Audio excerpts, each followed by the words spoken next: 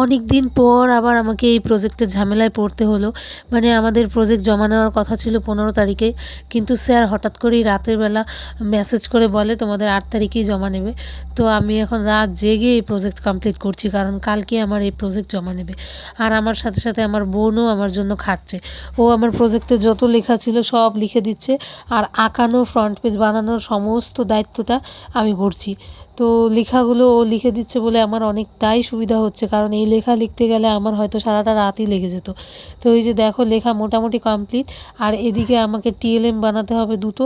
তো আমি সেই কাগজ কাটিং করে টিএলএম বানানো শুরু করে দিয়েছি আঠা দিয়ে সমস্ত কিছু। আর আমার এই বিছানাটা পুরোটাই একদম ছড়ানো, তোমরা দেখতেই পারছো। তো এইদিকে দেখো আমার একটা টিএলএম বানানো হয়ে গেছে, আর এটা মানে বানাচ্ছি। এই যে দেখো ফাইনালি কমপ্লিট হয়ে গেছে। এটা দিয়েছি আমি পরিবেশ থেকে গাছের বিভিন্ন অংশ। আর হচ্ছে এটা বানাতে আমার অনেকটাই টাইম লেগে গিয়েছিলো, কারণ এইটা একটু ঝামেলা বেশিই ছিল। আর টিএলএম যদি একটু সুন্দর না হয় দেখতেও ভালো লাগে না, তাই জন্য একটু ঝামেলা করে মানে কষ্ট হোক তারপরে বানিয়ে নিয়েছি, কী আর করা যাবে। আর এটার ক্লিপটা নিতে ভুলে গেছিলাম, এটা মানে অনেক রাতে বানিয়েছিলাম তো, আর এতটাই টায়ার্ড হয়ে গেছিলাম তার জন্য আর ক্লিপটা নিতে মনে নেই।